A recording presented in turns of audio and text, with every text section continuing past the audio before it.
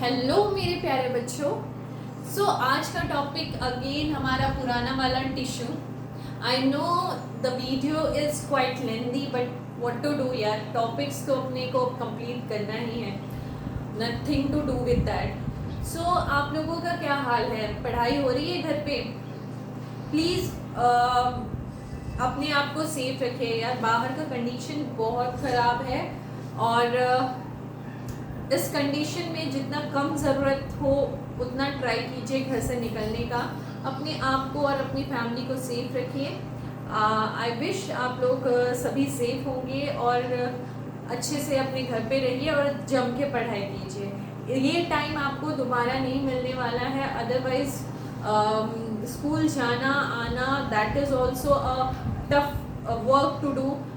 गर्मी भी बहुत है और इसमें तो आके आप लोग घर में बिल्कुल नहीं पढ़ पाते। इस टाइम का आई नो कि online is quite tough, but utilize कीजिए, जितना हो सके उतना टाइम अपने पढ़ाई पे दीजिए और चैप्टर को कंटिन्यू करते हैं। द टॉपिक इज अगेन हम अपना पुराना वाला टिश्यू में हम लोगों ने बहुत चीज़ें कंप्लीट कर ली थी and the final thing is muscle tissue. आज जो हम लोग करने वाले हैं मसल टिश्यू, थोड़ी सी चीजें ही बची हुई है, हैव पेशेंस, खत्म हो जाना है आज मैं पक्का खत्म कर देने वाली हूँ यार ये टॉपिक, ठीक है? ओके, मसल टिश्यू या मस्क्यूलर टिश्यू, ठीक है?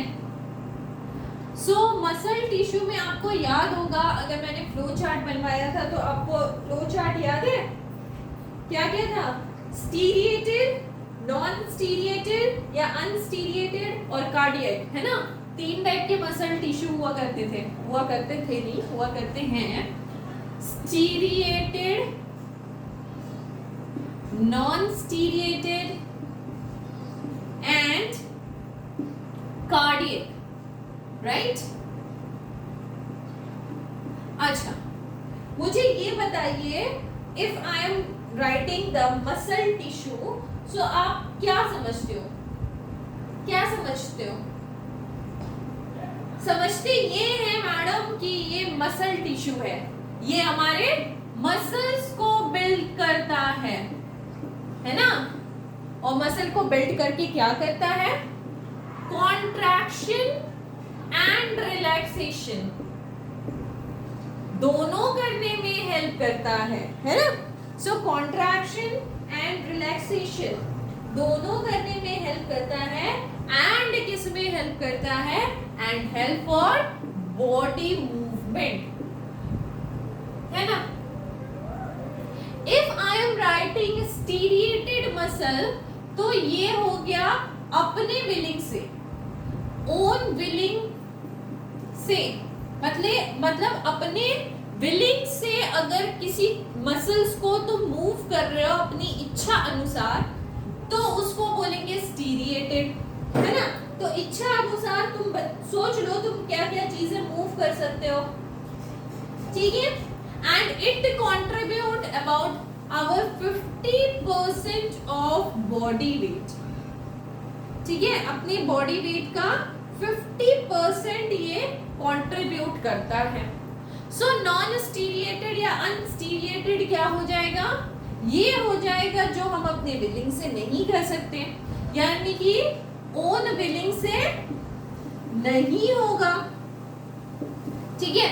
ओन विलिंग से नहीं होने वाले मसल्स लाइक एग्जांपल दीजिए, ये प्रेजेंट रहता है हमारे स्किन में, यूरिनरी ब्लैडर में, ठीक है? स्किन में, यूरिनरी ब्लैडर में, ठीक है? और अगर मैं एग्जांपल आपको दूं तो walls of intestine for passing of food, walls of intestine for passing of food, ठीक है?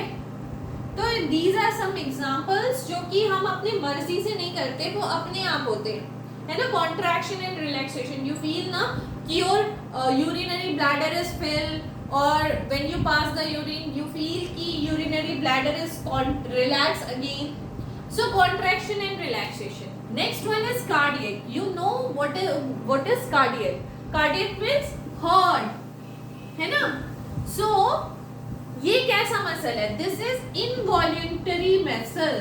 Voluntary muscles मतलब अगेन ये हमारी मर्जी से काम नहीं करता है, इसकी अपनी इच्छा है धक धक होने की, है ना?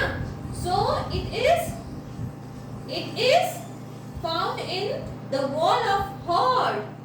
It is found in the wall of अच्छा यहाँ पे ऐसे लिख लेते हैं, found in the wall of heart. तो समझ में आया what is striated, what is non-striated, what is cardiac. Clear है यहाँ तक? So यहाँ पे हमारा खत्म होता है मस्कुलर टिश्यू या मसल टिश्यू. नेक्स्ट इज हमारा neural nervous tissue. Neural nervous tissue. Okay,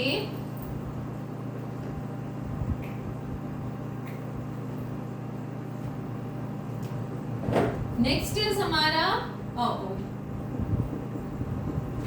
neural nervous tissue. Okay, the final topic. Okay, so मुझे 1 मिनट टाइम दीजिए, मैं आपके लिए एक डायग्राम बना लूं. Okay, this is your neural nervous tissue and या मैंने ड्रॉ कर लिया आप लोगों के लिए. एंड इसके सारे पार्ट्स ना यू हैव टू मेमोराइज यार. ये डायग्राम ना वेरी वेरी इंपॉर्टेंट, हर एक एग्जाम में आ जाने वाला है. So what are these? This branch like a structure is known as dendrite. ठीक है, यहाँ पे आपका एक न्यूक्लियस है and this is cyton. This is cyton. Cyton या फिर पेरिकार्डियन भी बोल सकते हो आप. ठीक है, dendrites, this is dendrites and dendrites के जो अगेन ब्रांचेस है दैट इज डेंड्रॉन. ठीक है, this is the main branch जो कि निकल रहा है यहाँ से. This is axon. ठीक है, एंड दिस इज एक्सॉन के ऊपर एक शीथ है, माइलिन शीथ. एक्सॉन के ऊपर एक माइलिन शीथ है. अब माइलिन शीथ का काम क्या होता है ना? प्रोटेक्शन करना. अच्छा, मैं बताती हूँ क्या काम है. चलो पहले ये समझ लो, दिस इज माइलिन शीथ. उसके अंदर एक न्यूक्लियस होता है और ऊपर वाला जो लेयर है दैट इज न्यूरोलिमा. जो नोड्स है, जो बीच के जो नोड्स होते हैं ना, this nodes are known as nodes of Ranvier. ठीक है, and this is axon ending. ठीक है, चलो थोड़ा बहुत काम समझो. Nerve cell, what is nerve cell and what is helping? ये जो नर्व सेल होता है ना, perception and response of animal के लिए इंपॉर्टेंट होता है. What I told you, perception and response of animal. ठीक है, हम लोग सोचते हैं ना, विचार करते हैं और कुछ रिस्पॉन्स करते हैं किसी बात के. क्या मैं कहना चाहती हूँ? मैं कहना चाहती हूँ कि मतलब हमारा कुछ थिंकिंग होता है ना, सोचते हैं, काम करते हैं, रिस्पॉन्ड करते हैं.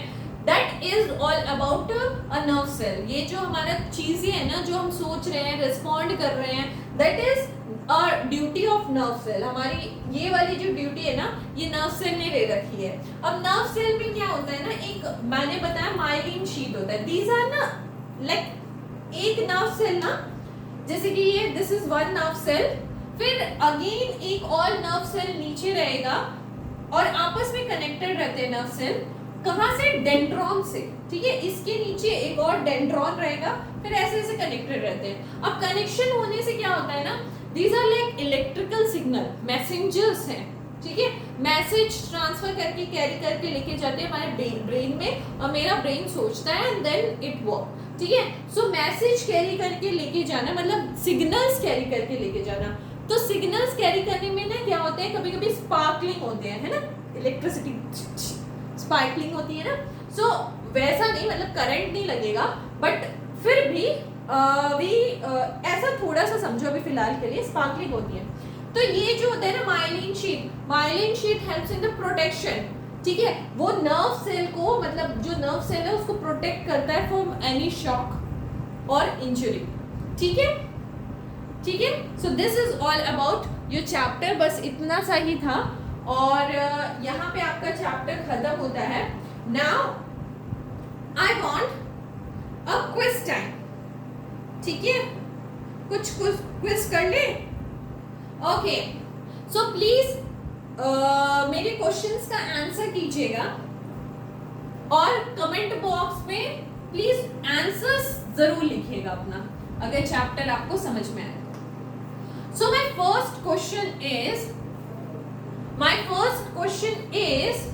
in potato starch is stored in potato starch is stored in, first one sclerenchyma, second one collenchyma, third one parenchyma, and the fourth one chlorenchyma, ठीक है। So this is my first question, please comment कीजिएगा। I am waiting for your comments and then I will give you the answers in the comment, ठीक है। Second question,